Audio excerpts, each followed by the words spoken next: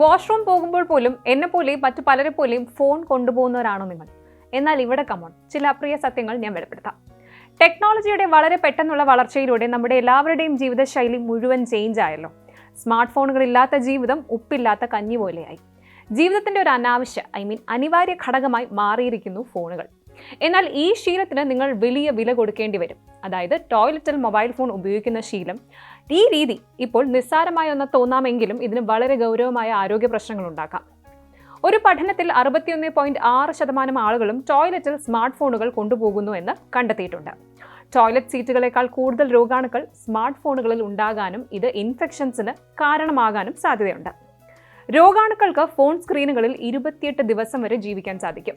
Not VPN നടത്തിയ ഒരു പുതിയ പഠനത്തിൽ 10ൽ 6 പേരും ടോയ്ലറ്റിൽ സ്മാർട്ട് ഫോണുകൾ കൊണ്ടുപോകുന്നതായി കണ്ടെത്തി. പഠനത്തിൽ പങ്കെടുത്ത 61.6% ആളുകളും ഫേസ്ബുക്ക്, ട്വിറ്റർ, ഇൻസ്റ്റഗ്രാം തുടങ്ങിയ സോഷ്യൽ മീഡിയ പ്ലാറ്റ്ഫോമുകളിൽ സ്ക്രോൾ ചെയ്യാനാണ് വാഷ്റൂമിൽ ഫോൺ കൊണ്ടുപോകുന്നതെന്ന് കാണിക്കുന്നു. 33.9% ആളുകൾ ടോയ്ലറ്റിലിരുന്ന് സ്മാർട്ട് ഫോണുകൾ ഉപയോഗിക്കുന്നത് പുതിയ വാർത്തകൾ അറിയാനാണെന്നും സമ്മതിച്ചു. അതേസമയം 24% ആളുകൾ വാഷ്റൂമിലിരുന്ന് മെസ്സേജ് ചെയ്യാനും ഫോൺ വിളിക്കാനും ഒക്കെ ഫോൺ ഉപയോഗിക്കുന്നുണ്ട് എന്ന് സമ്മതിച്ചു.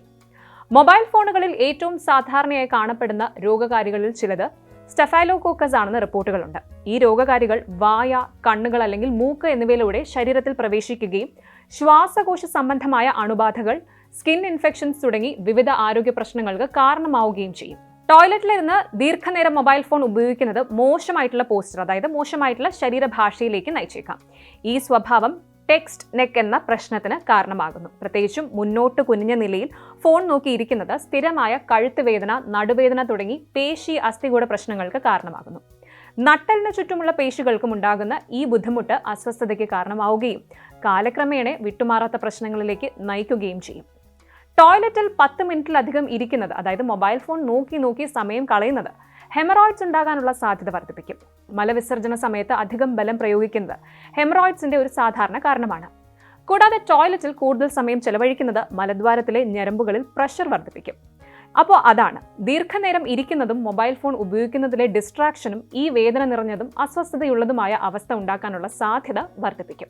അതുപോലെ ടോയ്ലറ്റിൽ ദീർഘനേരം ഇരിക്കുന്നത് ബ്ലഡ് സർക്കുലേഷൻ തടസ്സപ്പെടുത്തും, പ്രത്യേകിച്ച് കാലുകളിൽ. ഇത് ഡീപ് വെയിൻ ത്രോംബോസിസ് അഥവാ DVT പോലുള്ള അവസ്ഥകൾക്ക് കാരണമാവുകയോ അല്ലെങ്കിൽ നിലവിലുള്ള ബ്ലഡ് സർക്കുലേഷൻ പ്രശ്നങ്ങളെ കൂടുതൽ വഷളാക്കുകയോ ചെയ്യും. DVTയിൽ രക്തം കട്ടപിടിച്ച് ഹൃദയത്തിലോ ശ്വാസകോശത്തിലോ എത്തിയാൽ ഹൃദയാഘാതം, പൾമണറി എംബോളിസം പോലുള്ള ജീവഹാനി വരുത്തുന്ന സാഹചര്യങ്ങൾ ഉണ്ടാകാം.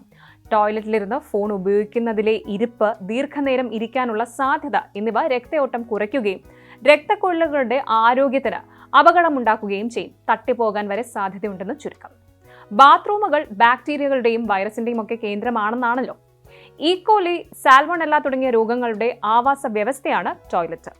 അപ്പോൾ മൊബൈൽ ഫോണുകൾ ഈ സൂക്ഷ്മാണുക്കളുടെ സംഭരണികളായി മാറും. ടോയ്ലറ്റിൽ ഫോൺ ഉപയോഗിക്കുന്നത് കൈകളിൽ നിന്നുള്ള ബാക്ടീരിയകൾ ഉപകരണത്തിലേക്ക് പകരാനുള്ള സാധ്യത വർദ്ധിപ്പിക്കുകയും ഇത് രോഗങ്ങൾക്കുള്ള സാധ്യത വർദ്ധിപ്പിക്കുകയും ചെയ്യും. മൊബൈൽ ഫോണുകൾ പതിവായി വൃത്തിയാക്കുന്നതും അതുപോലെ കൈകളുടെ ശുചിത്വത്തിൽ ഒന്ന് ശ്രദ്ധിക്കുന്നതും ഈ അപകടം കുറയ്ക്കാൻ സഹായിക്കും. ഇനിയാണ് മെയിൻ, ഉറക്കം.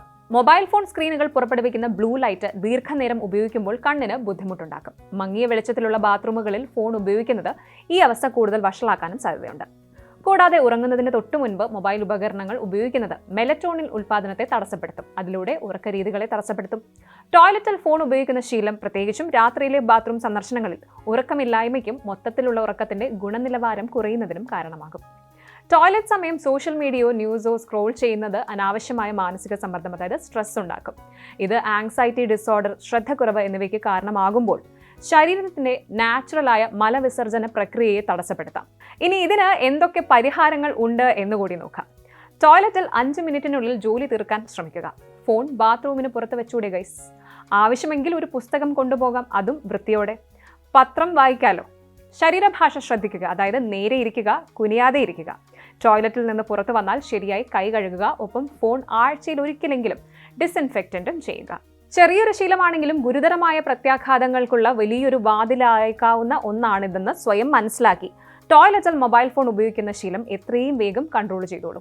സൂക്ഷിച്ചാൽ ദുഃഖിക്കേണ്ടല്ലോ എന്നാണല്ലോ പ്രമാണം.